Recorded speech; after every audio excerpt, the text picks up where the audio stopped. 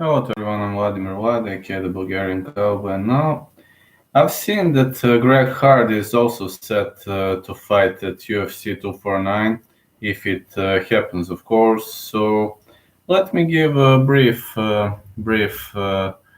review of his fight versus Yorgan De Castro, so we can all start thinking about it. So right now, Greg Hardy, the former NFL player, he kicked off his MMA career pretty much well, you know.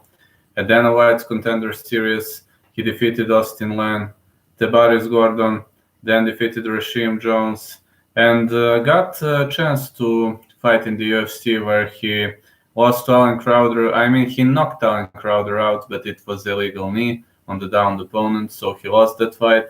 Bounced back with 2 wins over Dmitry Smolyakov and Juan Adams. Then his fight against Ben Sosoli, which he won via unanimous decision, is overturned after a very controversial use of inhaler in between the rounds because Greg Hardy was asking for permission. The commissioner said it's allowed, so technically it wasn't his fault, you know. And Alexander Volkov defeated him via unanimous decision. And in that bout, I've noticed that Greg Hardy really showed some good skills. You know, he is a better fighter now. He changed his fighting style and so on.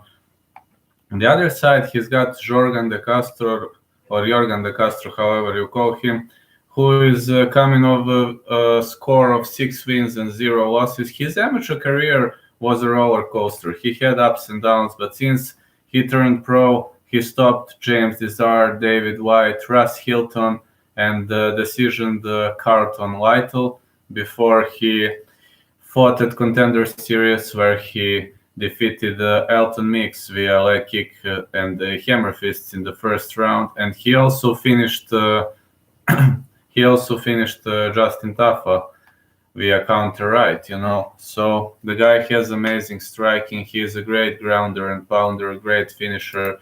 The thing that actually worries me is the fact that Greg Hardy has a lot of power. It's almost impossible to knock him out. I mean, he goes like this and so on, but he's a very powerful dude, and I'm honestly worried about that aspect of the game.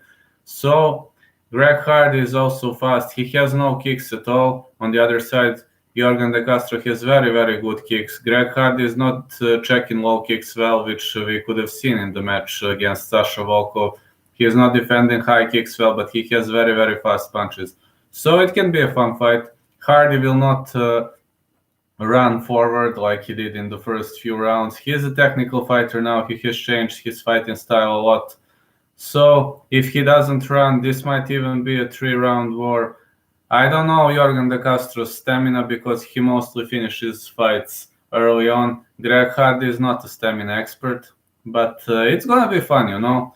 If Greg Hardy starts playing tactical game, he might even win the fight. If he starts rushing forward, it's 50-50, you know, because Yorgan De Castro has very nasty counters, and it's gonna be fun, you know. We're gonna see.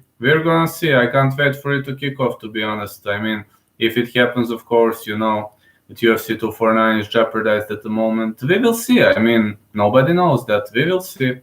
But I give 50, maybe 52, 55% to Yorgan De Castro. But Greg Hardy is a tough opponent now. Got to say, he out-wrestled Dmitry Smolyakov, who comes from wrestling background. He defeated Juan Adams. I think it was a controversial stoppage, but we mustn't underestimate him, that's for sure.